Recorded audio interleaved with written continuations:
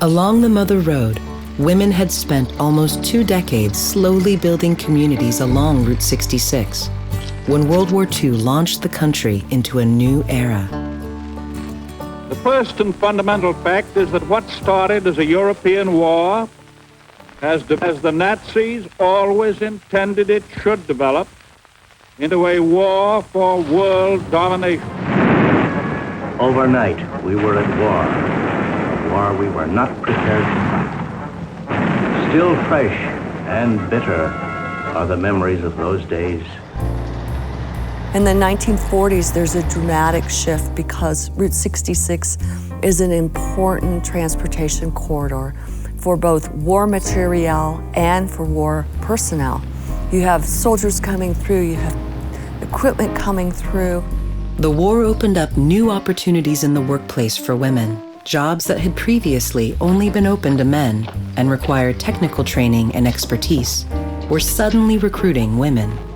Flagstaff at that time was a small mountain tourist lumber town. They decided this would be one of the 16 new ordnance depots that they would build in the West. Route 66 served as a major conduit. Workers from all around could come into Flagstaff, they would go over the Arizona Divide, and they would just drop down into Belmont, and work was guaranteed. The project manager out here, a man named Captain Myrick, knew that labor would be at a premium. He knew that Flagstaff could not supply anywhere close to the 8,000 construction workers that were needed. So Captain Myrick said, we have got to go out on the Indian reservations and we've got to recruit Navajos and Hopis. Well, they approached the Navajo and Hopi leaders and said, listen, okay, now what if we built an Indian village on the Army base? And both the Navajo and the Hopi leaders, they thought that over for a few seconds. They said that would be wonderful. So for the first time in American history, a large group of Native Americans moved onto a U.S. Army base gladly. I work at Camp Navajo as an ordnance inspector. That's my title. I've been there at Camp Navajo for 27 years. I felt like I had a calling to the military. And I think it came from when I was a child. Here is my grandfather. He was actually the chairman of the tribe. To me, I've always looked up to my grandfather. He also served in the Army as well.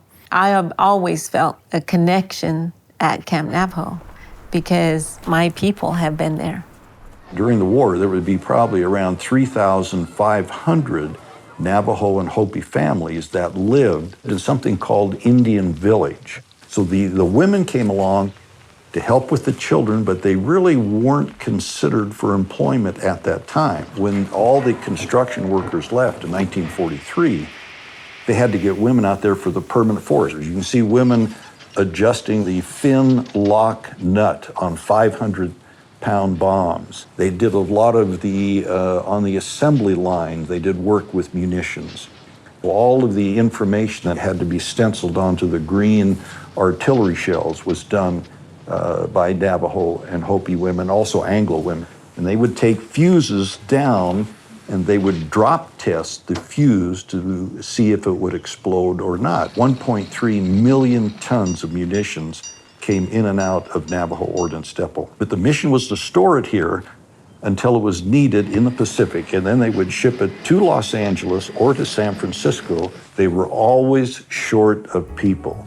And consequently, there was considerable pressure on Flagstaff women through the newspaper and through the clubs saying, you've got to come out to the depot to work, and we have a good paying job for you.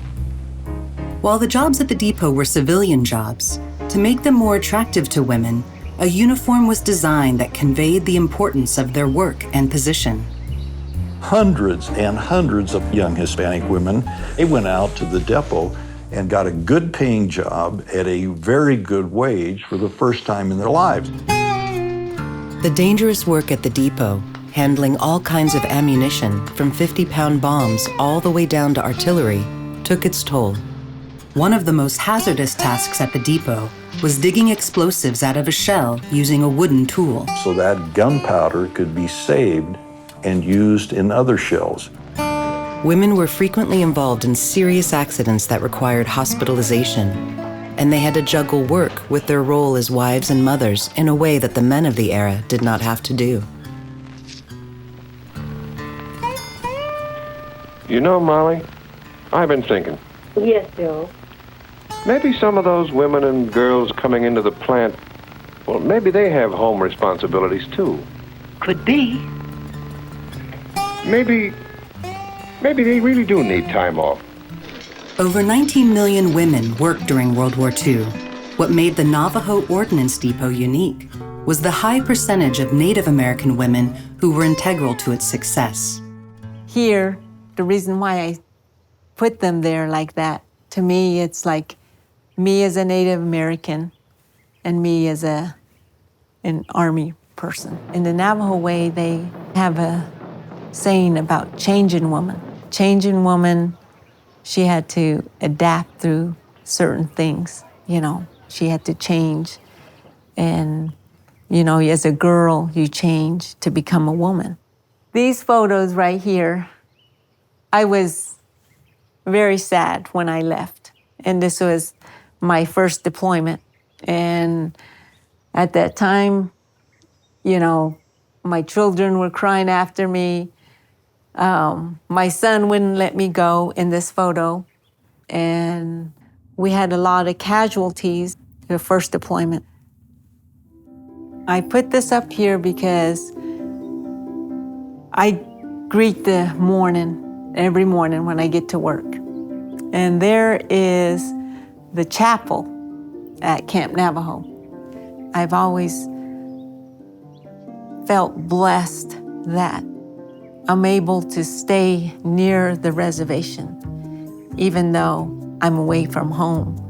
And every time I look at the sacred mountain, which we call Dok'osli, I've always remembered my prayers and always had that connection that I am home.